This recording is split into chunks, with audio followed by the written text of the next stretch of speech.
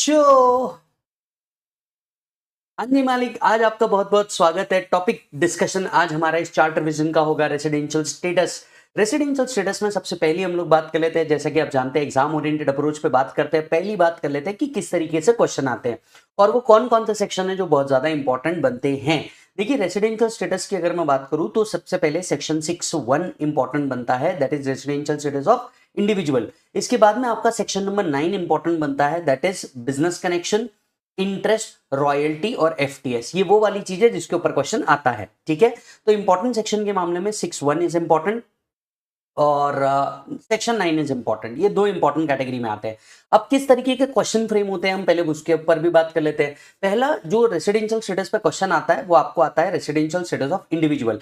मतलब आपको बताएंगे इस दिन ये इंडिया में आया है या इस दिन इंडिया से गया है या इतने certain number of days India के अंदर में है, तो बताओ इसका रेसिडेंशियल स्टेटस क्या होगा। ये पहला टाइप ऑफ क्वेश्चन है जो आपको आता है। दूसरा टाइप ऑफ क्वेश्चन क्या आता है, ये आरओआर है, आरएनओआर है, एनआर है और इसने ये पर्टिकुलर इनकम कमाई है, बताइए अगर ये आरओआर हुआ तो इंडिया में कितना टैक्सेबल, आरएनओआर और एनआर हुआ तो इंडिया में कितना टैक्सेबल। तो ये दूसरे टाइप का क्वेश्चन है जो एग्जाम में आता है। अब तीसरे टाइप का क्वेश्चन एग्जाम के अंदर में आता है कि भैया एक पर्टिकुलर नॉन रेसिडेंट है, उसने इंडिया से इस पर्टिकुलर टाइप ऑफ इनकम को अर्न किया है। यस, तो ये सेक्शन 9 पे बेस्ड होता है कि भैया एक नॉन रेसिडेंट है, उसने रॉयल्टी अर्न किया है, एफटीएस अर्न किया है या एनी अदर इनकम अर्न किया है, तो बताओ इसकी टैक्सेबिलिटी क्या होगी। ये तीसरे टाइप का क्वेश्चन है जो इसके ऊपर आता है। Are you getting the point? तो मेनली ये तीन टाइप के क्वेश्चन है। और चौथा जो रिसेंट टाइम में बहुत ज्यादा पूछना चालू किया है, एसएससी को एनआर बताया जाता है और एनआर को ये इनकम आई है, तो बताओ इंडिया में कितना टैक्सेबल है। Are you getting the point? तो ये चार टाइप के क्वेश्चन है जो आपको इस चैप्टर के अंदर में देखने को मिल सकते हैं। मेजर फोकस कहाँ होना चाहिए? मेजर फोकस आपका होना चाहिए सेक्शन 6(1) के ऊपर, फिर सेक्शन 9 के ऊपर। सेक्शन 9 भी बहुत बड़ा है। इस सेक्शन 9 के अंदर में भी आपका फोकस होना चाहिए बिजनेस कनेक्शन, इंटरेस्ट, रॉयल्टी और एफटीएस के ऊपर। ये अगर आपने कर लिया तो मोटे मोटे तौर पे आप मान करके चल लो कि हाँ, आपने पूरा का पूरा टॉपिक खत्म कर दिया। Getting the point? अच्छा जी, अब इस टॉपिक का अप्रोच क्या होना चाहिए हमारा। जब भी आप ये चार्ट रिवीजन करेंगे उसके बाद आपको जाना है क्वेश्चन बैंक से क्वेश्चन को सॉल्व करना है, या फिर रेगुलर लेक्चर के अंदर में जो मैंने आपको क्वेश्चन सॉल्व कराए हैं वो आपको क्या करने हैं, पर्टिकुलरली सॉल्व करने हैं, क्योंकि उसमें ऑलमोस्ट हर टाइप का क्वेश्चन जो मैं आपसे डिस्कस कर रहा हूं वो आपके साथ कंप्लीट किया है हुआ मैंने। क्लियर है मालिक? चलिए बढ़ते हैं आगे। ये चार्ट के ऊपर या आपको इस चैप्टर में सेक्शन की सीक्वेंस क्या होनी चाहिए ये भी मैं आपको बता दूं। देखो, अगर इस चैप्टर पे आपको बहुत ज्यादा मार्क्स लाने होंगे ना, तो सबसे पहले आपको सेक्शन 6 पढ़ना चाहिए। ये वही बात है जो मैंने आपको लेक्चर में भी बताई थी कि सबसे पहले आपने सेक्शन 6 पढ़ना चाहिए। सेक्शन 6 के बाद आपने सेक्शन 5 पढ़ना चाहिए, फिर आपने 7 पढ़ना चाहिए, फिर 8 पढ़ना चाहिए और फिर 9 पढ़ना चाहिए। मतलब अगर इस चैप्टर को आपको दिमाग में नहीं दिल में उतारना है तो सीक्वेंस ये होनी चाहिए 6, 5, 7, 8, 9। इस तरीके से सीक्वेंस रखोगे तो ये चैप्टर आपको हमेशा मदद करेगा। और जैसा कि आप जानते हैं चार्ट बिल्कुल कम पेजेस के अंदर में बहुत ज्यादा आपको बेनिफिट देता है। और ये वीडियो अगर आपको वैल्यू क्रिएट करता है तो आप यहाँ पे लाइक करके जाएंगे और अपने दोस्तों को भी ये जरूर शेयर करेंगे। ठीक है मालिक? चलिए बढ़ते हैं आगे। सबसे पहले रेसिडेंशियल स्टेटस के कुछ बेसिक्स डिस्कस कर लेते हैं। सर, रेसिडेंशियल स्टेटस जो है ये हर कैटेगरी ऑफ पर्सन के लिए डिटरमाइन की जाती है। So it is determine for every category of person. Residential status आपको प्रीवियस ईयर के लिए डिटरमाइन करना पड़ता है, क्योंकि इनकम आप प्रीवियस ईयर की कंप्यूट कर रहे हैं तो आपको प्रीवियस ईयर के लिए कैलकुलेट करना पड़ता है। क्या residential status year by year change हो सकता है? Answer is yes, residential status year on year change हो सकता है। क्या एक व्यक्ति एक ज्यादा कंट्री में एक टाइम पे रेसिडेंट हो सकता है? Answer is yes. Residential status depend करता है आपके नंबर ऑफ डेज, आप कितने दिन रहते हैं। अब number of days, certain number of days आप अगर इंडिया में एंड पाकिस्तान में दोनों की कंडीशन सेटिस्फाई करते हैं तो आप दोनों की जगह रेसिडेंट हो सकते हैं at the same time. At the same time. क्या सिटीजनशिप और रेसिडेंशियल स्टेटस एक ही चीज है? आंसर इज नो, ये दोनों अलग अलग चीज है। सिटीजनशिप इज बाय बर्थ और taking the procedural aspect. Residential status आप किसी कंट्री में सर्टेन नंबर ऑफ डेज रहते हैं उस वजह से आपको मिलने वाला स्टेटस होता है। अब ओनर्स ऑफ प्रूफ किसके ऊपर है कि रेसिडेंट है या नहीं है? देखिए, इंडिविजुअल या कंपनी के केस में ये डिपार्टमेंट के ऊपर है कि वो प्रूव करके दे ये आदमी रेसिडेंट नहीं है। बाकी हर केस में जनरली वो क्या माना जाता है? रेसिडेंट ही माना जाता है। ठीक है सर। अब जनरली आप देखेंगे कि इंडिविजुअल का रेसिडेंशियल स्टेटस कैसे निकाला जाता है। सबसे पहले हम बात करते हैं इंडिविजुअल का रेसिडेंशियल स्टेटस किस तरीके से निकाला जाता है। अब ध्यान से सुनिए, एक इंडिविजुअल की अगर मैं बात करूं, जो हम बात कर रहे हैं सेक्शन 6(1) की, यस, तो हम सबसे पहले इंडिविजुअल का ही रेसिडेंशियल स्टेटस निकाल देते हैं। हम इंडिविजुअल का ही रेसिडेंशियल स्टेटस निकालते हैं। यहां पे आप मेरे साथ लिखेंगे सेक्शन 6(1) इंडिविजुअल, ठीक, इंडिविजुअल का ही रेसिडेंशियल स्टेटस अगर हम निकालें तो एक इंडिविजुअल को हम दो कैटेगरी में क्लासिफाई करते हैं, या तो वो रेसिडेंट हो सकता है या तो वो नॉन रेसिडेंट हो सकता है। तो 6(1) इंडिविजुअल या तो वो रेसिडेंट हो सकता है या तो वो नॉन रेसिडेंट हो सकता है, राइट। अब रेसिडेंट या नॉन रेसिडेंट कैसे डिटरमाइन होगा? सर्टेन नंबर ऑफ डेज पे। अगर दोनों में से एक भी कंडीशन सेटिस्फाई कर देता है, एनी वर्ड लिखा है यहाँ पे, अगर दोनों में से वो एक भी कंडीशन सेटिस्फाई कर देता है तो वो रेसिडेंट माना जाएगा। कौन सी दो कंडीशन है? पहला, he stays in India for 182 days और मोर इन प्रीवियस ईयर। अगर प्रीवियस ईयर के अंदर में वो एटलीस्ट 182 डेज या उससे ज्यादा रहता है तो वो क्या माना जाएगा? रेसिडेंट माना जाएगा। अच्छा, क्या यहाँ पे कंटिन्यूस स्टे इंपॉर्टेंट है? Answer is no. Continuous 182 days रहने की जरूरत नहीं है। क्या एक ही प्लेस पे रहना है? Continuous stay at one place चाहिए? The answer is no. वो किसी भी तरीके से रह सकता है। 182 डेज उसको कुल मिलाकर के प्रीवियस ईयर में रेसिडेंट रहना है। Yes, so he stays in India for 182 days or more in previous year, or 60 days in previous year and 365 days in 4 previous preceding year. At least 60 days previous year के अंदर में रहे and 365 days 4 previous preceding years के अंदर में रहे तो वो रेसिडेंट माना जाएगा। अब यहाँ पे जो ये 4 previous preceding year लिखा है ये कॉन्टिन्यूअस होना चाहिए। कैसा होना चाहिए बेटा? कंटिन्यूअस 4 previous preceding year होना चाहिए। सो 182 डेज वाली कंडीशन या तो उसको सेटिस्फाई करनी है या फिर at least 60 days and 364 days in 4 previous preceding year, तो वो क्या बन जाएगा? रेसिडेंट बन जाएगा। इन दोनों में से अगर एक भी कंडीशन सेटिस्फाई होती है तो ठीक है, नहीं तो वो कौन बन जाएगा? नॉन रेसिडेंट बन जाएगा। If individual does not satisfy any of the basic condition then straight away हम उसको कहां क्लासिफाई करेंगे? नॉन रेसिडेंट के अंदर में क्लासिफाई करेंगे। सो एक इंडिविजुअल या तो रेसिडेंट हो सकता है या तो नॉन रेसिडेंट हो सकता है। रेसिडेंट बनने के लिए उसको दोनों में से कोई भी एक कंडीशन को क्या करना है? सेटिस्फाई करना है। अब जब हम रेसिडेंशियल स्टेटस कंप्यूट करते हैं तो इसके कुछ एक्सेप्शंस भी है, जो एक्सेप्शंस भी हम लोगों को पढ़ लेने चाहिए। क्या एक्सेप्शंस है सर? सबसे पहला आता है, तीन व्यक्तियों के लिए, तीन लोगों के लिए रेसिडेंट का मतलब है only 182 days. That is for these 3 people, अगर आप एटलीस्ट 182 डेज इंडिया में रहते हैं तो रेसिडेंट, अदरवाइज नॉन रेसिडेंट। मतलब इन तीन लोगों के लिए वो जो 60 डेज वाला कंडीशन है वो एप्लीकेबल नहीं है। अच्छा जी, कौन से तीन लोग हैं? पहला, person living India for employment. अगर कोई इंडिया से बाहर जा रहा है एम्प्लॉयमेंट के लिए, इंक्लूडिंग सेल्फ एम्प्लॉयमेंट के लिए, तो 182 डेज है इंडिया में तो resident, otherwise non resident. Yes, इसके ऊपर आपको क्वेश्चन कैसे पूछा जाता है आप मॉड्यूल देखेंगे या हमारे नोट्स देखेंगे तो उसके अंदर में आपको एक आध क्वेश्चन आपको मिल जाएगा that Vijay is leaving India for the purpose of job in Australia, Egypt etcetera and he is living on this particular date. अब आपको क्या करना है? कैलकुलेट करना है कि क्या जितने दिन वो इंडिया में है वो 182 है तो resident, otherwise non resident. Clear है? तो person shall be treated as resident if he stays in for 182 days or more, else he remain non-resident। पहला, person living India for employment। दूसरा, ship crew member। तीसरा, person of Indian origin। हम इसे POB कहते हैं, PIO। हम इसे क्या कहते हैं बेटा? POB कहते हैं, that is person of Indian origin। तो ध्यान से सुनिएगा, तीन लोग, person living India for employment, दूसरा शिप क्रू मेंबर, तीसरा पर्सन ऑफ इंडियन ओरिजिन। ये तीन लोग अगर 182 डेज इंडिया में है तो रेसिडेंट, अदरवाइज नॉन रेसिडेंट। अब आप ये पूछेंगे कि सर ये पर्सन ऑफ इंडियन ओरिजिन क्या होता है? कोई भी व्यक्ति को हम पर्सन ऑफ इंडियन ओरिजिन या PIO तब कहते हैं जब वो पर्सन या उसके पेरेंट्स या ग्रैंड पेरेंट्स अनडिवाइडेड इंडिया में बॉर्न हुए होंगे। तो विजय या विजय के पेरेंट्स या विजय के ग्रैंड पेरेंट्स अनडिवाइडेड इंडिया में बॉर्न हुए होंगे तो हम उसे पर्सन ऑफ इंडियन ओरिजिन कहते हैं। तो person is deemed to be a person of Indian origin if either he or his parents or any of his grandparents was born in undivided India। हालांकि इसके ऊपर क्वेश्चन नहीं पूछते तो आपने इतना दिमाग नहीं लगाने का यहाँ पे। क्लियर है? पर्सन ऑफ इंडियन ओरिजिन आपको डायरेक्टली दिया जाता है। Okay sir. सो तीन लोग, person living India for employment, ship crew member और पर्सन ऑफ इंडियन ओरिजिन, अगर ये तीन लोग 182 डेज है रेसिडेंट, अदरवाइज नॉन रेसिडेंट माने जाएंगे। अब देखिए, एक इशू होता था, वो इशू होता था शिप क्रू मेंबर के साथ कि शिप क्रू मेंबर्स के नंबर ऑफ डेज किस तरीके से डिटरमाइन किए जाएं। ये जो शिप क्रू मेंबर है ये इंडिया में इंडियन वाटरवेज में है या इंडियन वाटरवेज में नहीं है, ये कैसे डिसाइड किया जाए, इसको लेकर के बहुत ज्यादा इशू होता था। तो इंडियन टैक्स डिपार्टमेंट ने कस्टम डिपार्टमेंट से पूछा कि क्या ऐसा कोई मैकेनिज्म है कि आप हमें सर्टिफाई करके दे सकते हैं हाँ ये इंडियन वाटरवेज में है या इंडियन वाटरवेज में नहीं है। तब से एक कॉन्सेप्ट डीटी के अंदर में इंट्रोड्यूस किया गया कंटिन्यूस डिस्चार्ज सर्टिफिकेट का। ये कंटिन्यूस डिस्चार्ज सर्टिफिकेट क्या होता है? देखिए, जो शिप क्रू मेंबर्स होते हैं ना, इनको कस्टम एक्ट के तहत एक सर्टिफिकेट मिलता है that how many number of days they are in India, how many number of days they are in India, बराबर है। अगर ये नंबर ऑफ डेज इंडिया के अंदर में जो वो है वो 182 है तो रेसिडेंट, अदरवाइज नॉन रेसिडेंट। पर ये जो कंटिन्यूस डिस्चार्ज सर्टिफिकेट होता है ये सर्टिफाई नहीं करता कि आप इंडिया में हैं या नहीं, ये सर्टिफिकेट ये सर्टिफाई करता है कि आप कितने दिन आउटसाइड इंडिया में हैं। मतलब बैलेंस नंबर ऑफ डेज कहां माना जाएगा? इंडिया में माना जाएगा। Let me give an example. मान लीजिए अगर कोई शिप क्रू मेंबर है, let's say Vijay is a ship crew member, और विजय क्या करता है, विजय के पास कंटिन्यूस डिस्चार्ज सर्टिफिकेट है और इस सर्टिफिकेट में लेट्स से लिखा हुआ है 60 डेज। तो कैलकुलेशन आपको पता है कैसे किया जाएगा?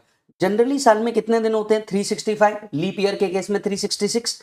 इसमें से लेट्स से कितने दिन कंटिन्यूस डिस्चार्ज सर्टिफिकेट में लिखा है कि वो आउटसाइड है? 60, ये माइनस किया जाएगा, बचता कितना है मालिक? 305। ये 305 क्या है? मोर देन 182 डेज है। आंसर इज यस, तो वो क्या मान लिया जाएगा? रेसिडेंट मान लिया जाएगा।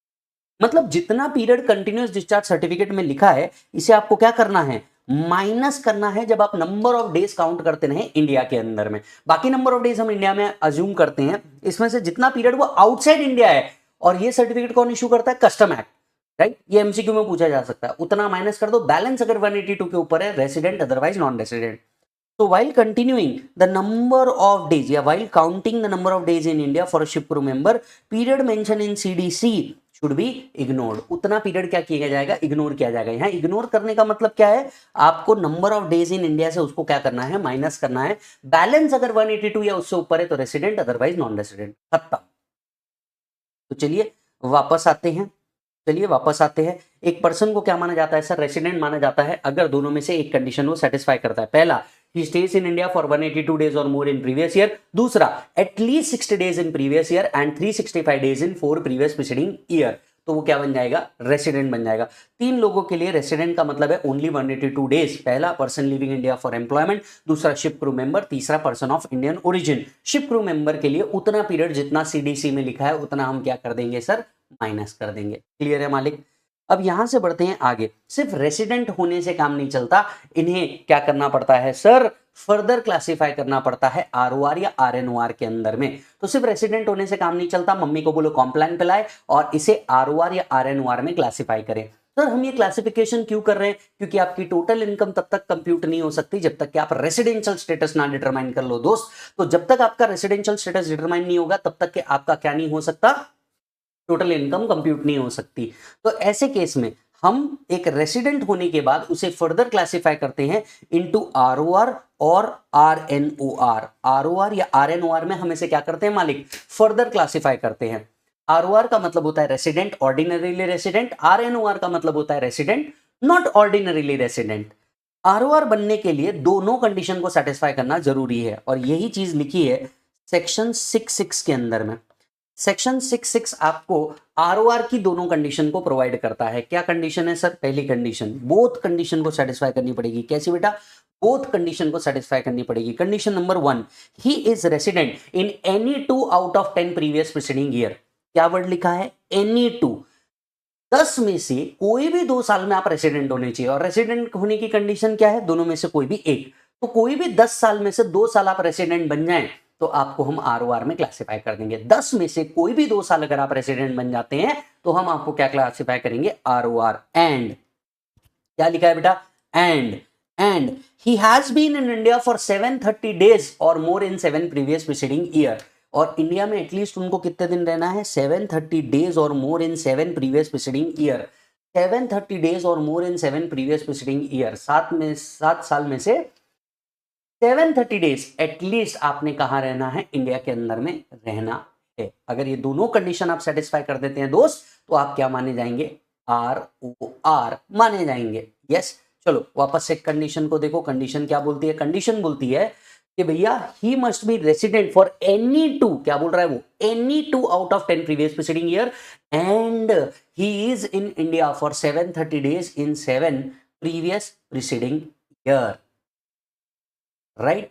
अगर ये दोनों कंडीशन सेटिस्फाई होती है तो रेसिडेंट माना जाएगा, अदरवाइज वो क्या माना जाएगा सर?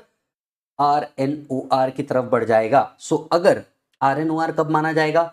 अगर वो एक नॉन रेजिडेंट हो जाता है 9 आउट ऑफ 10, क्योंकि आरओआर बनने के लिए तो 2 आउट ऑफ 10 इंडिया में चाहिए, तो 9 आउट ऑफ 10 अगर वो नॉन रेजिडेंट है तो वैसे ही वो आरएनओआर है। दूसरा, अगर वो इंडिया में 729 डेज या उससे कम है तो वो वैसे ही आरएनओआर हो गया, क्योंकि एटलीस्ट आरओआर बनने के लिए उसको कितने दिन रुकना था इंडिया में? 730 डेज रुकना था। एटलीस्ट कितने दिन रुकना था इंडिया में? 730 डेज रुकना था everybody. Yes, at least 730 days in 7 previous preceding year. तो जैसे ही आप 729 डेज करोगे, आप क्या बन गए? आरएनओआर बन गए। क्लियर है मालिक? तो चलो, सबसे पहले वो रेसिडेंट होगा, रेसिडेंट होने के बाद वो फर्दर क्लासीफाई किया जाएगा, या तो आरओआर में क्लासीफाई किया जाएगा या तो आरएनओआर में क्लासीफाई किया जाएगा। आरओआर में क्लासीफाई करना है तो दोनों कंडीशन सेटिस्फाई करनी है। पहले कंडीशन क्या है? He is resident in 7 out of 10 previous preceding year and stays in India for 730 days in 7 previous preceding year। अगर ये कंडीशन सेटिस्फाई हो गई तो वो बन जाएगा आरओआर, अदरवाइज वो बन जाएगा आरएनओआर। क्लियर है मालिक? ये बहुत बढ़िया। यहाँ की दो और कंडीशन है, हम आगे डिस्कस करेंगे। क्लियर? चलो,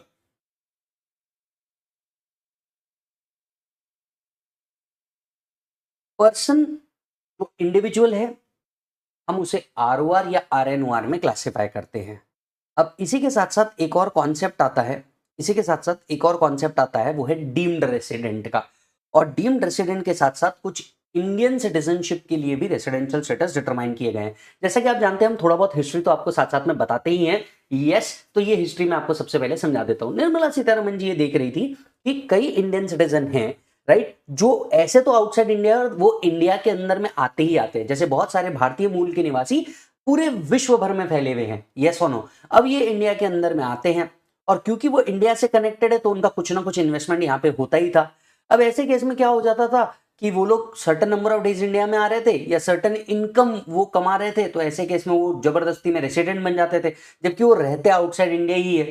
तो ऐसे केस में उनको ईज करने के लिए कुछ और प्रोविजंस बनाए गए। ये प्रोविजंस किसके लिए है? ये प्रोविजंस इंडियन सिटीजन या पर्सन ऑफ इंडियन ओरिजिन के लिए है, who is outside India, who is outside India but coming to India for a visit. वो इंडिया में सिर्फ विजिट करने के लिए आते हैं, लेट्स से अपने रिलेटिव से मिलने आते होंगे, अपने घर पे आते होंगे दिवाली या क्रिसमस वैकेशंस के ऊपर, एटसेट्रा एटसेट्रा। तो ये लॉ किसके लिए है? ऐसे इंडियन सिटीजन या पर्सन ऑफ इंडियन ओरिजिन के लिए है, हु इज आउटसाइड इंडिया, जो ऐसे तो आउटसाइड इंडिया में है बट वो इंडिया में काय के लिए आ रहे हैं बेटा? सिर्फ और सिर्फ विजिट करने के लिए आ रहे हैं, उनके लिए ये लॉ है।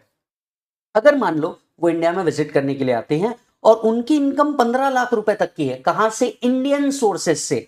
इंडियन इनकम, कौन सी इनकम की हम बात कर रहे हैं बेटा? इंडियन इनकम उनकी कितनी है? अप टू 15 लाख रुपीज तक के है। तो इनका रेसिडेंशियल स्टेटस कैसे निकाला जाएगा? They would be treated as resident if they stays in India for at least 182 days और मोर। तो लेट्स से विजय कहां रहता है? लेट्स से विजय थाईलैंड के अंदर में रहता है और विजय इंडिया में आता है और इंडिया से इनकम भी कमाता है, कोई सोर्स की इनकम जो इंडिया से कमाई गई हो, इंडियन इनकम की हम बात कर रहे हैं। विजय की थाईलैंड वाली इनकम यहाँ कंसिडर नहीं होगी, विजय की सिर्फ इंडिया वाली इनकम यहाँ पे कंसिडर होगी। तो विजय की इनकम अगर इंडिया से कौन सी आती है बेटा? अप टू 15 लाख रुपीज आती है, तो विजय को इंडिया में तभी रेसिडेंट माना जाएगा जब विजय एटलीस्ट 182 डेज इंडिया में क्या कर ले? स्पेंड कर ले। अदरवाइज वो स्ट्रेट अवे क्या है? नॉन रेसिडेंट की कैटेगरी में क्लासिफाई हो जाता है। अब ये लॉ क्यों लाया होगा? सोच के देखो, विजय ऐसे तो इंडियन सिटीजन है लेकिन थाईलैंड में शिफ्ट हो चुका है।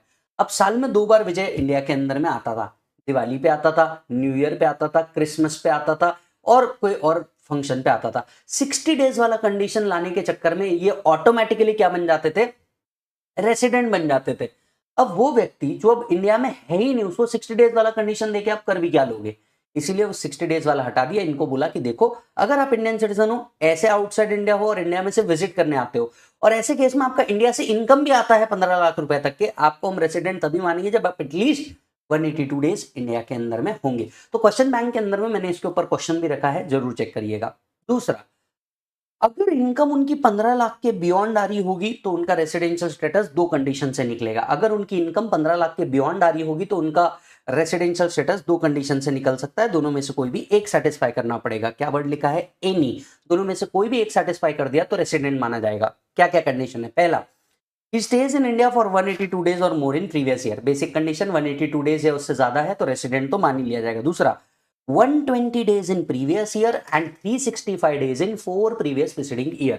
120 days in previous year and 365 days in 4 previous preceding year। क्या बोला उन्होंने? 120 days in previous year and 365 days in 4 previous preceding year. General rule क्या था? हमारा जनरल रूल था 60 days in previous year. लेकिन ऐसे Indian citizen who is outside India and coming to visit in India and earning more than 15 lakh from an Indian source. कौन सी income? 15 lakh. Indian income अगर 15 लाख से ऊपर है तो उनको 60 की जगह कितना कर दिया गया है? 120 डेज कर दिया गया है. अब लॉ ने एक और बात कही इन लोगों के लिए. मान लीजिए अगर वो 120 दिन से कम आते हैं तो स्ट्रेट अवे उनको एनआर में क्लासिफाई करना है. 120 डेज से 182 डेज में आते हैं तो उसे आरएनओआर में क्लासिफाई करना है, और 182 डेज से ऊपर आ रहे हैं तो आरओआर या आरएनओआर हमें कंडीशन चेक करनी पड़ेगी.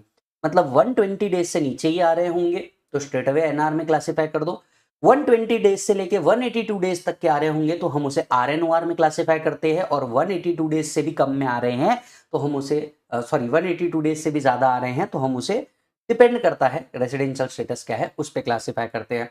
इसीलिए आरएनओआर की थर्ड कंडीशन देखिए कि इसे इंडियन सिटीजन और पीआईओ जिसकी इनकम 15 लाख रुपए से ज्यादा आ रही है एंड इंडिया में 120 डेज से ज्यादा और 182 डेज तक के क्या करता है? स्टे करता है, तो हम उसे स्ट्रेट अवे कहाँ क्लासिफाई कर देते हैं? आरएनओआर के अंदर में क्लासिफाई कर देते हैं. क्लियर है मालिक? तो चलो वापस से, अगर कोई इंडियन सिटीजन है who is outside India and coming to visit in India, 15 lakh तक के कमा रहे होंगे, रेसिडेंशियल स्टेटस रेसिडेंट होगा अगर वो 182 डेज से ज्यादा इंडिया में है तो. Indian citizen, person of Indian origin who is outside India coming to visit in India, earning more than 15 lakh from Indian sources, 182 days or more in previous year or 120 days in previous year and 365 days in 4 previous preceding year, वो क्या माना जाएगा? Resident माना जाएगा. 120 days से कम है, सीधा NR में क्लासिफाई कर दो. 120 से 182 है, आरएनओआर में क्लासिफाई कर दो. 182 के ऊपर है, आप आरओआर या आरएनओआर कैलकुलेट करो. क्या मालिक? चलिए, अब ये लॉ किसके लिए था मालिक? ये लॉ था इंडियन सिटीजन या पर्सन ऑफ इंडियन ओरिजिन के लिए. इसी से कनेक्टेड एक और लॉ है, वो है डीम्ड रेसिडेंट नाम का कॉन्सेप्ट जो सेक्शन 61 के अंदर में दिया है. यस, डीम्ड रेसिडेंट नाम का कॉन्सेप्ट जो सेक्शन 61 के अंदर में दिया है. अब ये भी बड़ा इंटरेस्टिंग सा चीज है और 6 से ही कनेक्टेड है. सुनिएगा क्या है सर. ये पर्टिकुलर लॉ सिर्फ इंडियन सिटीजन के लिए है, नॉट फॉर पीआईओ. इसमें पीआईओ कवर नहीं होता, ये सिर्फ इंडियन सिटीजन्स के लिए है. ठीक है. तो अगर कोई इंडिविजुअल है, इंडियन सिटीजन है, who is outside India and coming to visit in India and earning more than 15 lakh from Indian sources and not liable to pay tax anywhere in the world. तो क्या होता था? होता ये था कि कई इंडियन सिटीजन्स थे जो अफोर्ड कर सकते थे, वो लोग क्या करते थे? मल्टीपल कंट्री हॉप करते थे. मतलब वो पहले इंडिया में रहेंगे, फिर पाकिस्तान में रहेंगे, फिर मलेशिया में रहेंगे, फिर चाइना में रहेंगे, ऐसा मल्टीपल कंट्री हॉप करते थे और किसी भी जगह पे रेसिडेंट होने के कंडीशन को वो सेटिस्फाई नहीं करते थे. इससे होता क्या था? They were neither liable to pay tax in India, they were not liable to pay tax outside India. In order to cover this people into the Indian taxation system, Nirmala दीदी ने कहा if he is an Indian citizen earning more than 15 lakh from India and he is not liable to pay tax anywhere in the world, हम उसे अपना बनाएंगे, हम उसे resident मानेंगे. यस, मतलब अगर वो कहीं भी और टैक्स पे करने के लिए लायबल नहीं है तो इंडिया में वो इंडियन सिटीजन डीम्ड रेसिडेंट के कैटेगरी में आ जाएगा. और फर्दर क्लासिफाई करते हुए कहा कि अगर ये डीम्ड रेसिडेंट बन जाता है तो वो स्ट्रेट अवे आरएनओआर में क्लासिफाई हो जाएगा. अगर वो डीम्ड रेसिडेंट बन जाता है 61A के हिसाब से तो वो डीम्ड रेसिडेंट क्या हो जाएगा? आरएनओआर में सीधा क्लासिफाई हो जाएगा. चेक करिए. If he is an individual being citizen of India and his total income other than foreign income, मतलब जो इंडियन इनकम है वो कितने से ऊपर होनी चाहिए? 15 लाख से ऊपर होनी चाहिए. shall deem to be resident in India in that previous year if he is not liable to pay tax in any other country or territory. अगर वो किसी और कंट्री और टेरिटरी में टैक्स पे करने के लिए लायबल नहीं है तो वो इंडिया में लायबल हो जाएगा by reason of domicile, resident, etc. If a person is deemed resident as per 61A तो वो क्या बन जाएगा सर? RNOR में स्ट्रेट अवे क्लासिफाई हो जाएगा.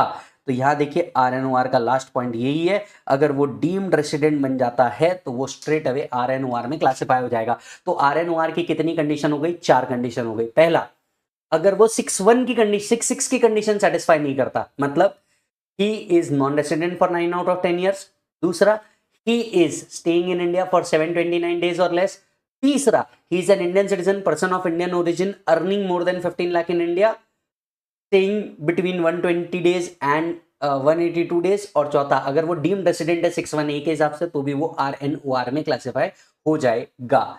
यस, तो एक इंडिविजुअल को अगर हम ध्यान से देखें, एक इंडिविजुअल का क्लासिफिकेशन क्या है, पहले उसे रेसिडेंट या नॉन रेसिडेंट में क्लासिफाई करो, रेसिडेंट में क्लासिफाई करने के बाद आप इसे ROR RNOR के अंदर में क्लासिफाई करो, राइट, और उस हिसाब से क्या निकलेगा, उसका रेसिडेंशियल स्टेटस निकलेगा। क्लियर है? चेक करो एक बार फट से।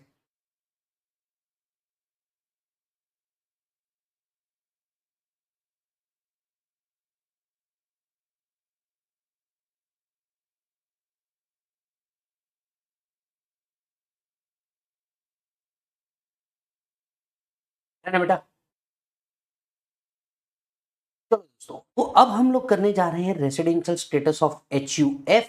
HUF का रेसिडेंशियल स्टेटस किस तरीके से निकलता है। तो सबसे पहले हमने 6(1) किया, अब हम करने जा रहे हैं 6(2), that is residential status of HUF। अब देखो HUF के केस का जो एग्जांपल है, जेन्युइनली ये कभी पूछता नहीं है। Let's be practical and exam oriented guys, पूछता ही नहीं है, ठीक है।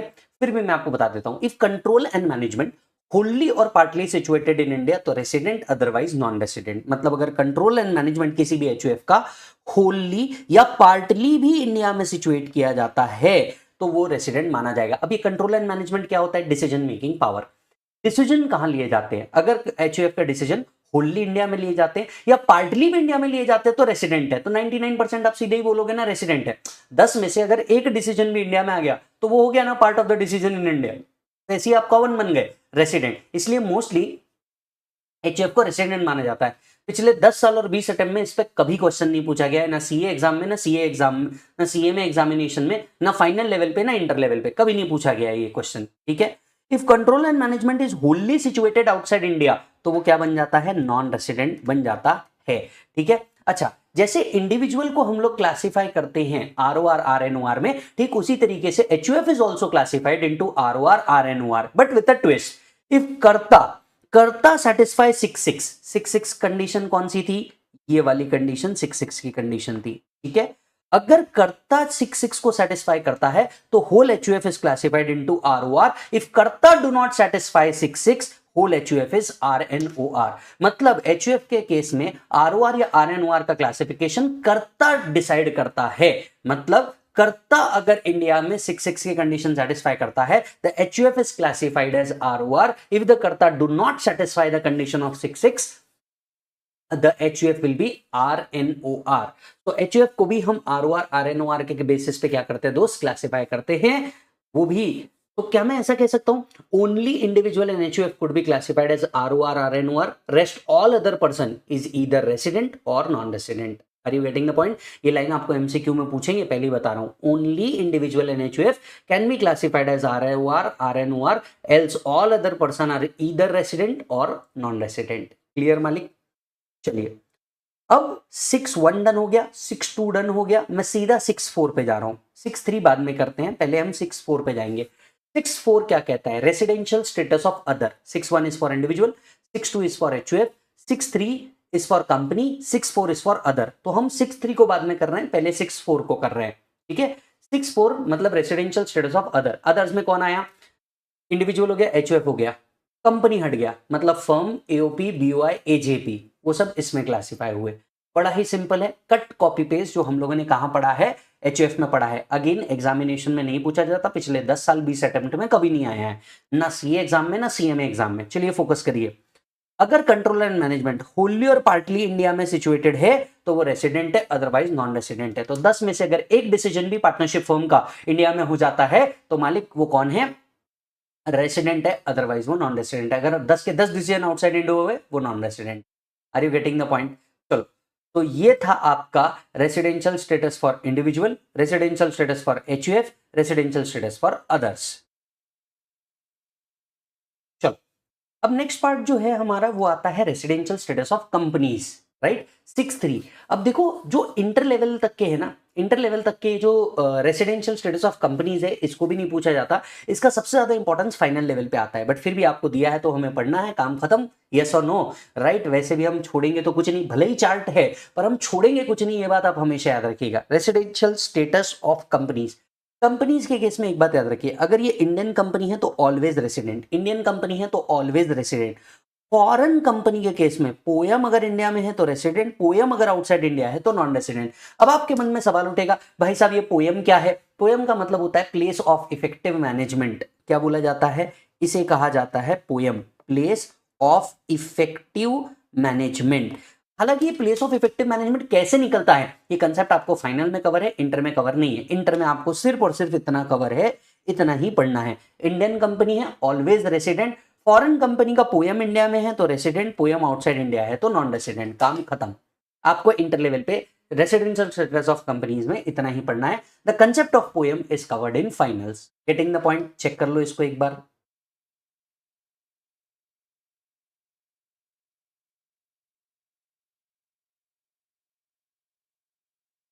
है ना बेटा?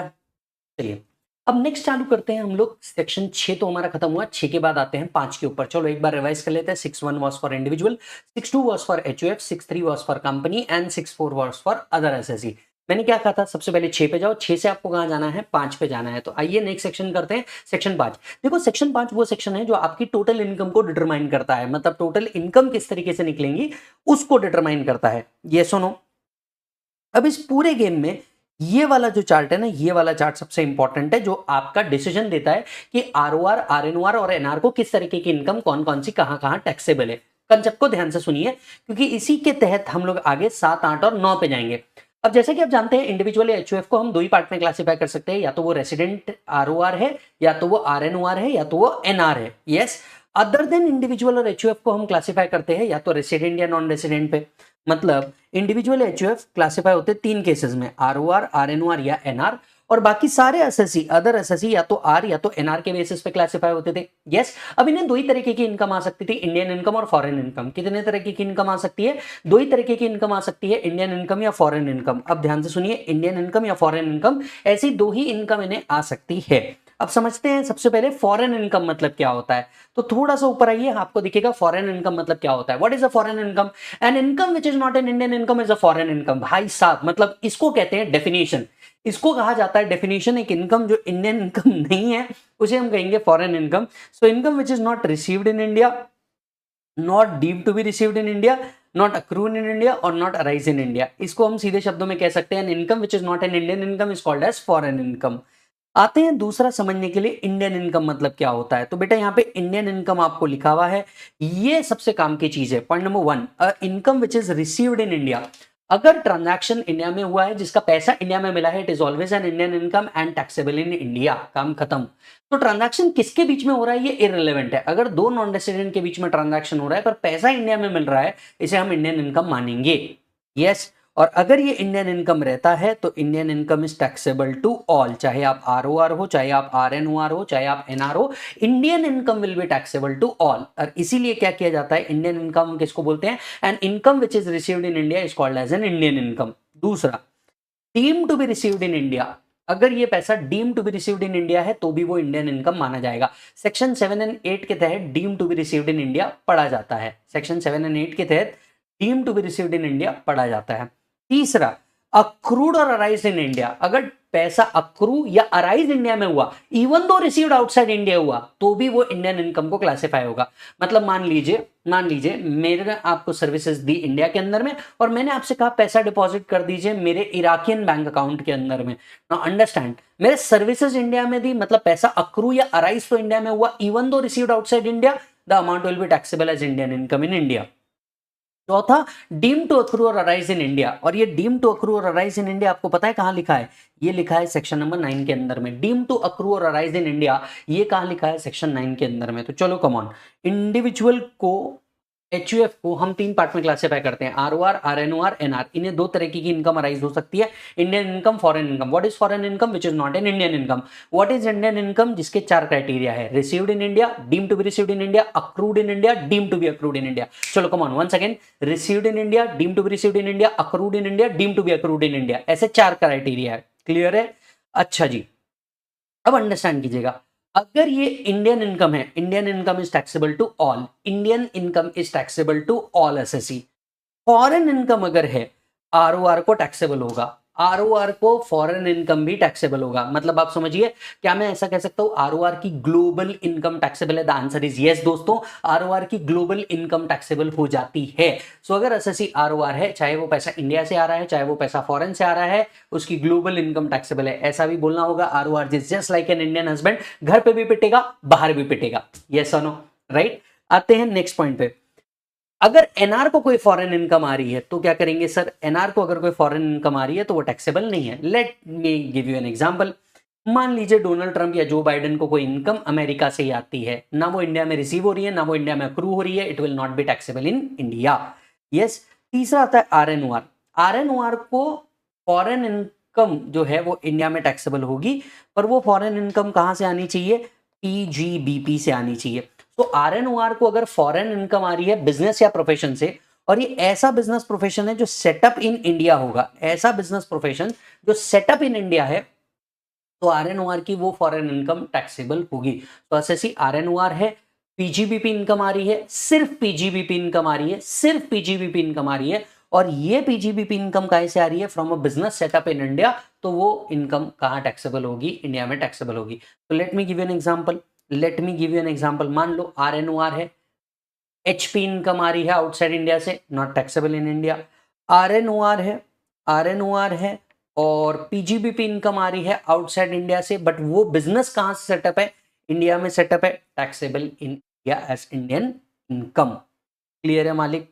अच्छा, ठीक उसी तरीके से अगर अदर एसएससी है, अगर कौन है बेटा? अदर एसएससी है, Indian income taxable to all. Indian income होगी तो ऑब्वियसली बात है taxable to all. Indian income क्या थी? Received in India, deem to be received in India, accrued in India, deem to be accrued in India. याद आ रहा है आपको? टैक्सेबल हो जाएगी। फॉरेन इनकम रहेगी, आरओआर को टैक्सेबल होगी, एनआर को नॉट टैक्सेबल होगी, क्योंकि आरओआर की तो बेटा ग्लोबल इनकम टैक्सेबल है, चाहे वो इंडिया से आ रही हो, चाहे वो आउटसाइड इंडिया से आ रही हो, तो इनकी तो ग्लोबल इनकम क्या हो जाती है? टैक्सेबल हो जाती है। Check this out. एक बार पूरा सेक्शन 5 पढ़ लीजिए, ये वाला पार्ट स्पेसिफिकली।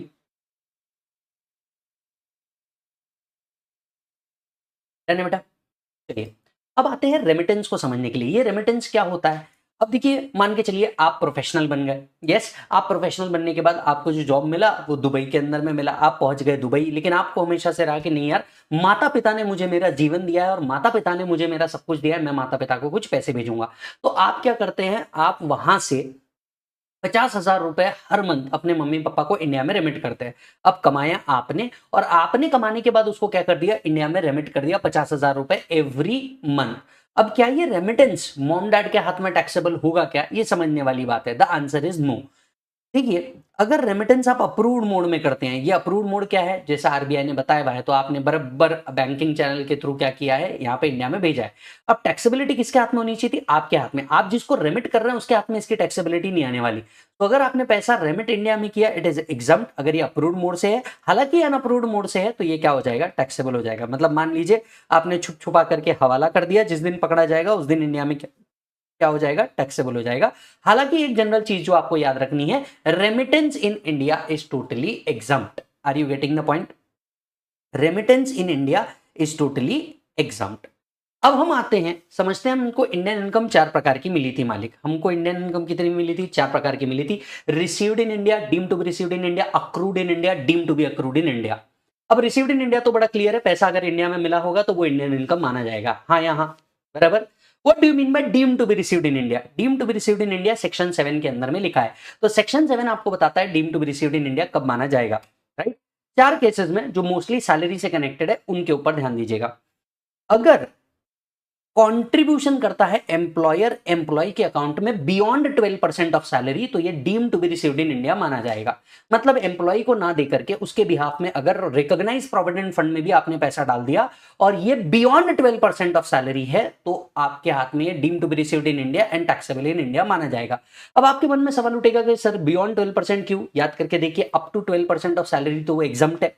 तो contribution made by employer to RPF, RPF का मतलब recognize provident fund, beyond 12% of salary क्या है बेटा? टैक्सेबल, क्योंकि अप टू 12% ऑफ सैलरी वो क्या है, एग्जाम। ठीक उसी तरीके से अगर इस आरपीएफ के कंट्रीब्यूशन पे इंटरेस्ट जो है, ये इंटरेस्ट 9.5% के ऊपर है, तो ये भी टैक्सेबल हो जाएगा। So interest on RPF beyond 9.5, क्योंकि 9.5 तक के तो क्या है बेटा, वो एग्जाम्प्ट है। तीसरा, transfer from URPF to RPF, अगर आप अनरिकॉग्नाइज्ड प्रोविडेंट फंड को रिकॉग्नाइज्ड प्रोविडेंट फंड में कन्वर्ट कर देते हैं, तो ऐसे केस में ये जो कन्वर्जन है ये भी deemed to be received in India माना जाएगा और टैक्सेबल इन इंडिया माना जाएगा। And contribution to pension scheme, employer employee के बिहाफ में अगर पेंशन स्कीम में कंट्रीब्यूट कर रहा है तो ये deemed to be received in India माना जाएगा। अभी deemed to be received in India है, मतलब ये इंडियन इनकम बन गई और Indian income will be taxable to all. समझ में आ रही है बात बेटा? यस। तो deemed to be received in India के अंदर में 4 पार्ट। पहला, contribution to RPF beyond 12% of salary, interest on RPF beyond 9.5% of salary, तीसरा transfer from URPF to RPF, और चौथा contribution to the pension scheme. ये सभी के सभी deemed to be received in India माने जाएंगे, और अगर ये deemed to be received in India है तो ये टैक्सेबल इन इंडिया हो जाएंगे। क्लियर है? अब आते हैं सेक्शन 8 और सेक्शन 9। सेक्शन 8 आपको बताता है taxability of dividend, taxability of dividend, जो हम डिविडेंड पढ़ते वक्त ऑलरेडी देखते हैं। और सेक्शन 9 में उसका टैक्सेबिलिटी किस तरीके से होगा वो देखेंगे। तो इंडियन इनकम के 4 क्राइटेरिया थे, received in India, deem to be received in India, accrued in India, deem to be accrued in India. बराबर है? अब हम चलते हैं सेक्शन 9, डीम टू अक्रू और अराइज इन इंडिया। अब देखो ये लिस्ट में 10 आइटम है। कितने आइटम है बेटा? 10, और इसको एक एक करके देखना होगा। इस 10 आइटम को एक एक करके देखना होगा। इसमें से एग्जाम पॉइंट ऑफ व्यू से कौन कौन सा इंपॉर्टेंट है मैं आपको बता देता हूं। पहला बिजनेस कनेक्शन, दूसरा इंटरेस्ट, तीसरा रॉयल्टी, चौथा एफटीएस। ये एग्जाम पॉइंट ऑफ व्यू से सबसे ज्यादा रेलेवेंट बनता है। Getting the point? ये एग्जाम पॉइंट ऑफ व्यू से सबसे ज्यादा रेलेवेंट बनता है। हालांकि हम इसको इस सीक्वेंस में नहीं पढ़ेंगे, हम इसको एक एक पॉइंट करके पढ़ेंगे। सबसे पहले एक बात समझ लीजिए, हम पढ़ रहे हैं सेक्शन 9, और सेक्शन 9 नॉन रेसिडेंट के लिए है। नॉन रेसिडेंट को अगर इस टाइप की इनकम रिसीव होती है तो वो इंडिया में इंडियन इनकम कंसिडर की जाएगी, and if it is an Indian income it will be taxable to all. तो सेक्शन 9 किसके लिए है? नॉन रेसिडेंट के लिए। क्या याद रखोगे? सेक्शन 9 किसके लिए है? बिल्कुल सही, नॉन रेसिडेंट के लिए है। सबसे पहले बात कर लेते हैं हम सैलरी अर्न इन इंडिया की। पहले एक बार ये लिस्ट देखो जरा, चेक कर ली बेटा लिस्ट? चलो आओ फोकस करो। अब अगर इस लिस्ट को देखेंगे तो हमने जब चार्ट बनाया तो उसमें जो इंपॉर्टेंट पॉइंट है उसका ही ब्रीफ एक्सप्लेनेशन दिया। बाकी सब इस लिस्ट के अंदर में कवर किया हुआ है, तो इसका कोई ब्रीफ एक्सप्लेनेशन हम लोगों ने नहीं रखा। लेकिन जैसे बिजनेस कनेक्शन हो गया, इंटरेस्ट, रॉयल्टी, एफटीएस, जिसके ऊपर बहुत फ्रीक्वेंटली अब तक के क्वेश्चन आए हैं और आएंगे, उसको ही हमने चार्ट के अंदर में आगे रखा है। बाकी सब इस लिस्ट के अंदर में कवर है और उससे ज्यादा का एक्सप्लेनेशन इस पर लगेगा नहीं। तो एक्सप्लेनेशन में आपको पूरा दूंगा, ध्यान से सुनिएगा। पहला, सैलरी अर्न इन इंडिया। मान लीजिए अगर कोई नॉन रेसिडेंट है जो सैलरी इंडिया में अर्न कर रहा है, कोई नॉन रेसिडेंट है जो सैलरी कहां अर्न कर रहा है? इंडिया के अंदर में अर्न कर रहा है, that salary will deem to accrue और arise in India and taxable as Indian income. तो मान लीजिए अगर कोई नॉन रेसिडेंट है वो इंडिया में जॉब करता है और यहां पे सैलरी अर्न करता है, it is an income deem to accrue और अराइज इन इंडिया, इवन तो उसको सैलरी का जो क्रेडिट है वो आउटसाइड इंडिया मिल रहा होगा, पर अगर जॉब वो इंडिया में कर रहा है तो इनकम डीम टू अक्रू और arise in India and taxable in India. दूसरा आता है salary from a government to Indian citizen for services rendered outside India. अगर इंडियन गवर्नमेंट इंडियन सिटीजन को सैलरी दे रही है outside India, Indian government Indian citizen को सैलरी दे रही है आउटसाइड इंडिया, तो income is deem to accrue और अराइज इन इंडिया। उस इंडियन सिटीजन के लिए ये हमेशा माना जाएगा कि सैलरी उसको कहां से मिली? इंडियन। अब ये किसको मिलती है? मान लीजिए इंडियन हाई कमीशन के जो एम्प्लॉय होते हैं या आउटसाइड इंडिया होते हैं, तो इंडियन गवर्नमेंट इंडियन सिटीजन को आउटसाइड इंडिया दे रही है, टैक्सेबल इन इंडिया। लेकिन यहां पे याद रखने लायक बात यह है कि सिर्फ सैलरी टैक्सेबल होती है, foreign allowance and foreign perquisites जो होते हैं ये एग्जम्प्ट होते हैं। ठीक है, तो वो चीज आप यहां पे लिख सकते हैं, foreign allowance and perquisite is exempt. Salary is what which is taxable. Foreign allowance and foreign perquisite जो होते हैं ये क्या होते हैं? एग्जम्प्ट होते हैं। तीसरा अंडरस्टैंड करते हैं dividend from an Indian company. अगर कोई इंडियन कंपनी डिविडेंड दे रही है, ये dividend always deem to accrue और अराइज इन इंडिया माना जाएगा। सो मान लीजिए रिलायंस अगर फेसबुक को डिविडेंड देता है तो ऐसे केस में फेसबुक के हाथ में वो dividend always deem to accrue और अराइज इन इंडिया माना जाएगा एंड टैक्सेबल इन इंडिया हो जाएगा। ठीक है, चौथा आता है इनकम फ्रॉम एनी प्रॉपर्टी और एसेट सिचुएटेड इन इंडिया। अगर कोई इंडिया में एसेट सिचुएटेड है और इस एसेट से कोई इनकम आती है तो वो इनकम इंडियन इनकम में क्लासिफाई होगी। For example for example non resident की कोई प्रॉपर्टी इंडिया में है और वहां से कोई रेंटल इनकम अराइज होती है, तो yes this income will accrue और arise in India even though it is received outside India but taxable in India. तो अगर नॉन रेसिडेंट की कोई प्रॉपर्टी इंडिया के अंदर में है और ऐसे केस में उसको कोई रेंटल इनकम आती है, ये रेंटल इनकम इंडिया में इंडियन इनकम में क्लासिफाई होगी और टैक्स इंडिया में पे करना पड़ेगा। Next, income from transfer of any capital asset situated in India. अगर कोई कैपिटल एसेट इंडिया में सिचुएटेड है और उसको ट्रांसफर करके कोई इनकम आती है तो भी ये इंडियन इनकम मानी जाएगी। फॉर एग्जांपल नॉन रेसिडेंट के पास इंडियन कंपनी के शेयर्स है, वो बेचता है, उससे कैपिटल गेन आता है, taxable in India. Non resident के पास कोई प्रॉपर्टी है इंडिया में, उसको बेच के कोई इनकम आता है तो taxable in India. Non resident के पास अगर कोई अदर एसेट है, लेट्स से गोल्ड या बॉन्ड या डिबेंचर इंडिया के अंदर में, उसको बेच के कोई इनकम आता है, it is taxable in India, right. और फिर लास्ट आता है gift by resident to non resident. 2019 के बाद अगर रेसिडेंट नॉन रेसिडेंट को मनी गिफ्ट करता है, यहां पे स्पेसिफिक वर्ड लिखा हुआ है मनी, अगर 2019 के बाद रेसिडेंट नॉन रेसिडेंट को मनी गिफ्ट करता है, that income is taxable in the hands of non resident in India, that gift will be taxable in the hands of non resident in India. Are you getting the point? Yes. तो हमने important वाले छोड़ के सब discuss कर लिया। Salary अगर India में अर्न की जाती है, इंडियन सिटीजन गवर्नमेंट से रिसीव कर रहा है आउटसाइड इंडिया, इंडियन कंपनी से डिविडेंड आ रहा है, इंडियन प्रॉपर्टी से इनकम आ रहा है, या फिर इंडिया में कैपिटल एसेट ट्रांसफर करके कोई इनकम आ रहा है, या रेसिडेंट नॉन रेसिडेंट को कोई गिफ्ट कर रहा है, it will be taxable in India. अब हमारा क्या बचता है? अब सिर्फ इंपॉर्टेंट पॉइंट बचते हैं, बिजनेस कनेक्शन, इंटरेस्ट, रॉयल्टी और एफटीएस में। सबसे पहले हम डिस्कस करने जाते हैं बिजनेस कनेक्शन को। तो आइए जरा समझते हैं बिजनेस कनेक्शन क्या होगा। देखिए चार्ट में आपका बिजनेस कनेक्शन लिखा हुआ है। यस, इससे रिलेटेड आपको क्वेश्चन आता है तो प्लीज इसको ध्यान से देखिएगा। इनकम फ्रॉम बिजनेस कनेक्शन, अब ये क्या होता है? 911 बिजनेस कनेक्शन आपको डील करता है। इसमें तीन एस्पेक्ट है, what is business connection, deemed business connection, not a business connection. इसमें तीन एस्पेक्ट है, what is business connection, deemed business connection, not a business connection. ठीक है, फोकस कीजिएगा। सबसे पहले डिस्कस करते हैं व्हाट इज बिजनेस कनेक्शन। एक नॉन रेसिडेंट का रेसिडेंट के साथ बिजनेस कनेक्शन माना जाएगा, और बिजनेस कनेक्शन अगर है तो इनकम इंडियन इनकम बन जाएगी, और Indian income will be taxable to all including non resident. Clear है? तो एक नॉन रेसिडेंट का इंडिया में बिजनेस कनेक्शन माना जाएगा if the assessee contract on behalf of non-resident or play a significant role। अगर कोई रेसिडेंट नॉन रेसिडेंट के बिहाफ पे कॉन्ट्रैक्ट कंक्लूड करता है या प्रिंसिपल रोल प्ले करता है इन कंक्लूडिंग द कॉन्ट्रैक्ट, तो ऐसे केस में उस नॉन रेसिडेंट का रेसिडेंट के साथ क्या माना जाएगा? बिजनेस कनेक्शन माना जाएगा। एकदम प्रैक्टिकल एग्जांपल देता हूं, राइट। टाटा जैगवार ग्रुप के बिहाफ पे इंडिया में कॉन्ट्रैक्ट कंक्लूड करता है, Jaguar and Tata has got a business connection. Are you getting the point? So Tata plays a principal role in concluding the contract. Jaguar Land Rover Division, Range Rover Division के behalf पे वो क्या करता है? Cell करता है product India में। पर ये जो कॉन्ट्रैक्ट है वो किसके बिहाफ पे कर रहे हैं? नॉन रेसिडेंट के बिहाफ पे कर रहे हैं। यहाँ पे इन दोनों के बीच में क्या माना जाएगा? Business connection. तो Land Rover division, Jaguar division जितना इनकम इंडिया से अर्न कर रहा है वो टैक्सेबल होगा कहां पे बेटा? इंडिया में। Why? Because there is a business connection.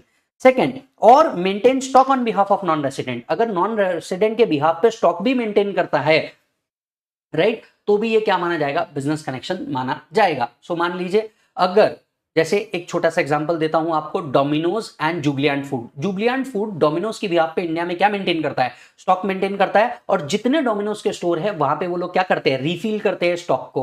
तो अगर आप देखेंगे जुबलियांट फूड एंड डोमिनोज के बीच में क्या माना जाएगा? बिजनेस कनेक्शन माना जाएगा। अब जितना डोमिनोज इंडिया से कमा रहा है, he is liable to pay tax in India. फिर तीसरा आता है secure order on behalf of non resident. यहां पे लिखिए Holi and exclusively, only and exclusively. अगर कोई resident Holi and exclusively secure करता है ऑर्डर किसी नॉन रेसिडेंट के लिए, तो ये क्या माना जाएगा? बिजनेस कनेक्शन माना जाएगा। हालांकि अगर wholly and exclusively order secure नहीं करता, अब जैसे मैं आपको एक बात बताता हूं, मान लीजिए अगर मुझे फॉरेन जाना है तो मैं टिकट कैसे बुक करता हूं? मेक माई इंडिया से मैं टिकट बुक करता हूं, राइट। सो मैं गया मेक माई इंडिया पे, और मेक माई इंडिया पे जाकर के मैंने क्या कर दिया? लेट्स से दुबई में होटल भुज अल अरब में क्या कर दिया? बुकिंग कर दी। अब अंडरस्टैंड कीजिएगा, क्या make my India exclusively order book कर रहा है फॉर द पर्पस ऑफ भुज Al Arab? The answer is no, क्योंकि वो तो और भी होटल के लिए कर रहा है। यस, तो क्योंकि ऑर्डर होली मेनली सिक्योर नहीं हो रहा, so there will not be any business connection between make my India, sorry make my trip and भुज अल अरब। लेकिन अगर मान लीजिए कोई वेबसाइट है, लेट्स से विजय.com, ये Holi and exclusively order booking लेता है किसके लिए? होटल भुज अल अरब के लिए। तो मान लिया जाएगा विजय.com एंड भुज Al Arab has got a business connection. तो अगर wholly and mainly order secure किया जाता है तो ही बिजनेस कनेक्शन माना जाता है, अदरवाइज बिजनेस कनेक्शन नहीं माना जाता। तो 3 केसेस में बिजनेस कनेक्शन माने जाएंगे, एक रेसिडेंट का, नॉन रेसिडेंट से। पहला, अगर वो कॉन्ट्रैक्ट कंक्लूड करता है उनके बिहाफ पे। दूसरा, स्टॉक मेंटेन करता है उनके बिहाफ पे। तीसरा, Holi and mainly order secure करता है उनके बिहाफ पे, तो ये बिजनेस कनेक्शन माना जाएगा। फर्दर, डीम्ड बिजनेस कनेक्शन है। हम डीम करेंगे कि इन दो लोगों के बीच में बिजनेस कनेक्शन है अगर किसी भी नॉन रेसिडेंट का इंडिया में सिग्निफिकेंट इकोनॉमिक प्रेजेंस रहता है। कौन सा वर्ड बोला मैंने, वापस बोलो, सिग्निफिकेंट इकोनॉमिक प्रेजेंस इंडिया के अंदर में रहता है, तो ये मान लिया जाएगा डीम बिजनेस कनेक्शन है। सिग्निफिकेंट इकोनॉमिक प्रेजेंस इंडिया के अंदर में रहता है दोस्त, तो मान लिया जाएगा क्या है, डीम्ड बिजनेस कनेक्शन है। अब ये सिग्निफिकेंट इकोनॉमिक प्रेजेंस कब माना जाएगा? तो significant economic presence in India is deemed to be business connection. पहला, if the assessee download of data, software purchase or sales amount to exceeds 2 crore rupees in the previous year। अगर कोई non resident India में काय में engage है, software में engage है, purchase में एंगेज है, सेल ऑफ गुड्स में एंगेज है, डाउनलोड ऑफ डेटा सर्विसेज में एंगेज है, और इससे आने वाली अमाउंट एक प्रिस्क्राइब लिमिट के ऊपर जाती है। एज ऑफ नाउ ये प्रिस्क्राइब लिमिट 2 करोड़ रुपए है। तो अगर कोई नॉन रेसिडेंट है, इंडिया में गुड्स सेल करके इनकम कमा रहा है, या सॉफ्टवेयर सेल करके इनकम कमा रहा है, या download of data services provide करके इनकम कमा रहा है, और ये प्रिस्क्राइब लिमिट के ऊपर जा रही है, as on prescribe limit 2 crore rupees है, तो ये बिजनेस कनेक्शन माना जाएगा। Let me give you an example. मान लीजिए Amazon.com, अब ये क्या कर रहा है इंडिया में? क्या गुड सेल कर रहा है? Answer is yes. और क्या गुड सेल करके एटलीस्ट 2 करोड़ रुपए के इनकम कमा रहा होगा बड़े आराम से? तो भैया Amazon का इंडिया में बिजनेस कनेक्शन है, मान लिया जाएगा, and they will be liable to pay tax in India. Further, download of data. अब आप मुझे बताइए, Amazon प्राइम आप क्या कर रहे हैं? Download of data services provide कर रहे हैं, जहां से कोई भी वीडियो डाउनलोड कर सकता है। क्या इससे आने वाला इनकम 2 करोड़ से ऊपर है? आंसर इज यस, तो ये बिजनेस कनेक्शन माना जाएगा। दूसरा, अगर interaction with such number of user भी एक्सीड कर जाता है प्रिस्क्राइब लिमिट से, सच नंबर ऑफ यूजर भी अगर एक प्रिस्क्राइब लिमिट से ऊपर चल जाते हैं, तो आपका बिजनेस कनेक्शन इंडिया में है, ये माना जाएगा। As of now this such number of user की जो लिमिट है वो 3 लाख है। अब अंडरस्टैंड कीजिए, Netflix, Facebook, YouTube, Instagram, Snapchat, Tinder, ये ऐसे एप्लीकेशन है जो इंडिया में ऑपरेट कर रहे हैं। कई गेमिंग एप्लीकेशन इंडिया में ऑपरेट कर रहे हैं जिसके नंबर ऑफ यूजर इंडिया में क्या 3 लाख से ऊपर है? Answer is yes. तो अगर नंबर ऑफ यूजर भी 3 लाख से ऊपर जाता है तो मान लिया जाएगा कि बिजनेस कनेक्शन है। और ऐसे केस में इन एप्स जितना भी इनकम इंडिया से कमा रहे होंगे, जैसे यूट्यूब हो गया, फेसबुक हो गया, टेलीग्राम हो गया, या कोई भी अदर सॉफ्टवेयर हो गया, जो इंडिया से पैसा कमा रहे होंगे, नंबर ऑफ यूजर 3 लाख के ऊपर है इसलिए, तो उतनी इनकम इंडिया में टैक्सेबल हो जाएगी। Why? Because there is a business connection. हालांकि कुछ चीजें बिजनेस कनेक्शन नहीं मानी जाएगी। Certain things will not be considered as business connection. कौन कौन सी चीजें? पहला, purchase in India for the purpose of exports outside India. अगर नॉन रेसिडेंट की एक्टिविटी इंडिया में सिर्फ परचेज से रिलेटेड कन्फाइंड है, सिर्फ परचेसेस तक के कन्फाइंड है, तो ये मान लिया जाएगा कि there is no business activity. सिर्फ इंडिया से परचेज होता है, बाकी इंडिया में कोई ट्रेडिंग एक्टिविटी नहीं है, तो there is no business connection. Second, collection of news and views in India for transmission outside India. अगर उनकी एक्टिविटी इंडिया में सिर्फ न्यूज कलेक्शन तक के रिस्ट्रिक्टेड है। तीसरा, shooting of any cinematographic film in India. अगर इंडिया में उनकी एक्टिविटी सिर्फ शूटिंग ऑफ फिल्म, यहाँ पे डिस्ट्रीब्यूशन नहीं दिखा रहे, यहाँ से कोई रेवेन्यू अर्न नहीं कर रहा है, सिर्फ इंडिया में शूटिंग करके जा रहे हैं, यहाँ पे कोई डिस्प्ले नहीं हो रहा है, तो not a business connection in India. चौथा, display of uncut unassorted diamonds in India.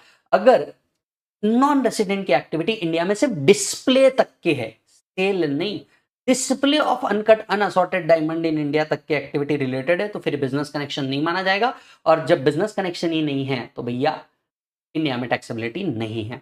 Yes, तो हम लोगों ने देखा था भैया income out of business connection. Income out of business connection, business connection के कितने पार्ट थे? 3। Business connection, deemed business connection, not a business connection. Check कीजिए।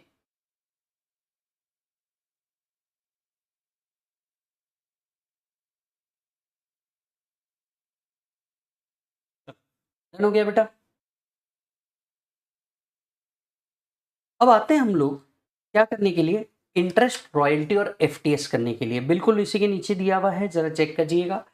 मान लो अगर कोई नॉन रेसिडेंट है जो क्या कमा रहा है सर? इंटरेस्ट कमा रहा है। कहां से कमा रहा है? इंडियन गवर्नमेंट से कमा रहा है, या रेसिडेंट इंडियन से कमा रहा है या नॉन रेसिडेंट से ही कमा रहा है but who has a business in India.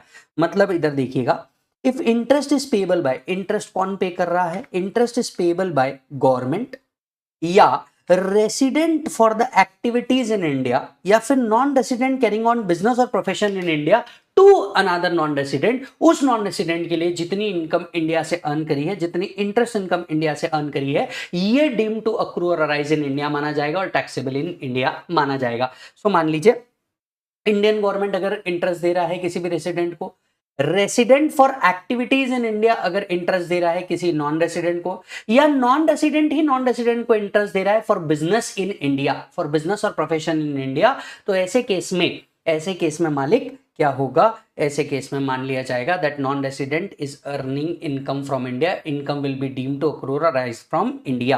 हालांकि इसके दो एक्सेप्शन है। पहला एक्सेप्शन है if NR pays interest for activity other than business और profession in India it will not be taxable in India. So मान करके चलो अगर कोई एनआर है और वो क्या कर रहा है सर, वो इंटरेस्ट पे कर रहा है for activity other than business in India, तो वो टैक्सेबल नहीं होगा। दूसरा, अगर रेसिडेंट है वो आउटसाइड इंडिया एनआर को क्या कर रहा है, इंटरेस्ट दे रहा है, तो ना अक्रू और अराइज इन इंडिया हो रहा, ना रिसीव्ड इन इंडिया हो रहा, तो वो भी टैक्सेबल नहीं होगा। If resident pays interest to NR outside India, तो ना वो इंडिया में अक्रू हो रहा है ना वो इंडिया में अराइज हो रहा है, तो इंडिया में टैक्सेबिलिटी भी नहीं आएगा। I hope you are understanding this. Yes, तो ध्यान से देखिएगा इंटरेस्ट की टैक्सेबिलिटी क्या है। इंटरेस्ट की टैक्सेबिलिटी ऐसी है, अगर गवर्नमेंट नॉन रेसिडेंट को दे रहा है, रेसिडेंट नॉन रेसिडेंट को दे रहा है फॉर एक्टिविटीज इन इंडिया, या नॉन रेसिडेंट को दे रहा है फॉर बिजनेस इन इंडिया, तो वो इंटरेस्ट एनआर के हाथ में क्या माना जाएगा, टैक्सेबल माना जाएगा। चेक करिए। नेक्स्ट एक्टिविटी आती है हमारे पास रॉयल्टी की। अब ये जो रॉयल्टी है ना, इसको बहुत बार पूछा जाता है। अब आपको एक बात बताओ, रॉयल्टी जो है आपका, इसको आपको डिफाइन भी करके रखा है, एक बहुत बड़ी डेफिनेशन भी दे रखी है रॉयल्टी की। हालांकि मैं आपसे कहूंगा रॉयल्टी आपको ऑलरेडी प्रॉब्लम में बताया होता है और आपको कभी भी क्या नहीं करना है, रॉयल्टी की डेफिनेशन को लर्न करने की जरूरत नहीं है। हमेशा आपको क्लियर कट रॉयल्टी बता के दिया जाता है और वही आपको पढ़ना होता है, तो इसके अलावा आपने कुछ भी दिमाग नहीं लगाना चाहिए। अब रॉयल्टी हम कब कहेंगे, मान लीजिए इंडियन गवर्नमेंट नॉन रेसिडेंट को कोई रॉयल्टी दे रहा है, या रेसिडेंट नॉन रेसिडेंट को कोई रॉयल्टी दे रहा है फॉर बिजनेस इन इंडिया और एक्टिविटीज इन इंडिया, या नॉन रेसिडेंट को कोई रॉयल्टी दे रहा है फॉर बिजनेस और प्रोफेशन इन इंडिया, तो ये रॉयल्टी एनआर के हाथ में deem to be received in India माना जाएगा और टैक्सेबल इन इंडिया हो जाएगा। तो वापस से सुनिए, गवर्नमेंट अगर किसको दे रहा है, नॉन रेसिडेंट को दे रहा है Indian government, resident non resident को दे रहा है फॉर एक्टिविटीज इन इंडिया, या non resident another non resident को दे रहा है फॉर बिजनेस और प्रोफेशन इन इंडिया, वही बात है जो हमने कहां पढ़ी थी, इंटरेस्ट के लिए पढ़ी थी। The income will deem to accrue और arise in the hands of non resident in India and it will be taxable in India. Clear है? तो रॉयल्टी इंडियन गवर्नमेंट दे, रेसिडेंट पर्सन दे, या फिर एनआर दे for the purpose of business और profession carried out in India, then such royalty is treated as deemed to accrue और arise in India. फिर नीचे यहाँ पे रॉयल्टी का आपको मीनिंग दिया हुआ है, जो मेरे हिसाब से आप सेल्फ पढ़ सकते हैं, आपने इसके ऊपर टाइम नहीं भी लगाया तो भी चल जाएगा। और फिर आता है एफटीएस। एफटीएस का रूल भी सेम है जैसा इंटरेस्ट और रॉयल्टी का था, सेम एफटीएस का है, कट कॉपी पेस्ट कर लीजिए, राइट? आपका आंसर मिल जाएगा। यानी क्या, अगर इंडियन गवर्नमेंट किसी नॉन रेसिडेंट को फीस फॉर टेक्निकल सर्विसेज देती है जिसको हम कहते हैं एफटीएस, या रेसिडेंट नॉन रेसिडेंट को एफटीएस देता है फॉर बिजनेस और प्रोफेशन इन इंडिया और एक्टिविटीज इन इंडिया, या फिर नॉन रेसिडेंट को देता है फॉर एक्टिविटीज इन इंडिया, तो ये क्या माना जाएगा, deemed to received in India माना जाएगा और टैक्सेबल इन इंडिया हो जाएगा। तो अगर पेबल कौन कर रहा है, गवर्नमेंट कर रही है, रेसिडेंट पर्सन कर रहा है, या फिर नॉन रेसिडेंट कर रहा है for the purpose of business and profession carried out in India, ये तीनों भी क्या माने जाएंगे, एनआर के हाथ में डीम्ड टू अक्रू और अराइज इन इंडिया माने जाएंगे। यस, अब जरा देखिए 1 2 3, यानी इंटरेस्ट, रॉयल्टी और एफटीएस में तीनों भी केस में एक चीज बोल सकता हूं, गवर्नमेंट अगर इंटरेस्ट, रॉयल्टी, एफटीएस एनआर को दे रही है, रेसिडेंट नॉन रेसिडेंट को दे रहा है, या नॉन रेसिडेंट को दे रहा है for business in India, such interest, royalty और FTS is taxable in India. बहुत शॉर्ट हो जाएगा हाँ या हाँ। तो ये टैक्सेबल इन इंडिया माना जाएगा और ये सारी इनकम अक्रूड और अराइज इन इंडिया मानी जाती है। और अगर अक्रू और अराइज इंडिया में हो रहा है तो ये Indian income and Indian income is taxable to all. Check कर लो ये लिस्ट पूरी हुई कि नहीं। वो लिस्ट होने के बाद मैं चाहूंगा आप वापस से सेक्शन 5 में आइए और इंटरलिंकिंग कीजिए, क्योंकि इंटरलिंकिंग करने पे ही आपको बहुत बेहतर समझ में आएगा। अब देखिए, जो इंडिविजुअल क्या था, आरओआर, आरएनओआर या एनआर तीनों में क्लासिफाई होता था। आरओआर, आरएनओआर या एनआर तीनों में क्लासिफाई होता था। अब अगर ये इंडियन इनकम कमा रहा है, इंडियन इनकम मतलब received in India, deemed to be received in India, accrued in India, deemed to be accrued in India, it will be taxable to all. अगर यही फॉरेन इनकम कमाता है, आरओआर को taxable, NR को not taxable, RNOR को PGBP taxable होगा जो setup in India से होगा। ये अगर अदर देन इंडिविजुअल होगा तो या तो वो आर हो सकता है या तो एनआर हो सकता है। इंडियन इनकम होगा, received in India, deemed to be received in India, accrued in India, deemed to be accrued in India, तो टैक्सेबल होगा आर और एनआर दोनों को। यही अगर फॉरेन इनकम होगा, रेसिडेंट को टैक्सेबल, नॉन रेसिडेंट को नॉट टैक्सेबल। क्लियर है मालिक? यस। अब अगर आप ध्यान देंगे तो इस हिसाब से आपका पूरा रेसिडेंशियल स्टेटस का जो टॉपिक है बेटा, ये आपका ओवर होता है और सीए इंटर, सीएमए इंटर। अब आपने क्या करना है, इसके बाद जाना है आपको रेगुलर बुक के अंदर में जो मैंने क्वेश्चन दिए हैं वो सॉल्व करना है आपको। इसके बाद जाना है आपको क्या करना है, जो मैंने आपको क्वेश्चन बैंक दिया है, क्वेश्चन बैंक के आंसर सॉल्व करने हैं। और अब ये पूरा लेक्चर करने के बाद आपने जाना है आपके जो मॉड्यूल है इसके भी सारे क्वेश्चन सॉल्व कर देना, और आपको मजा आ जाएगा कि कितने आसानी से 1 से 1.5 घंटा इन्वेस्ट करके आपने पूरे टॉपिक को मेरे साथ रिवाइज कर लिया, that two in one page आपने पूरा का पूरा रिवाइज कर लिया। तो ये था आपका मालिक पूरा का पूरा टॉपिक रेसिडेंशियल स्टेटस।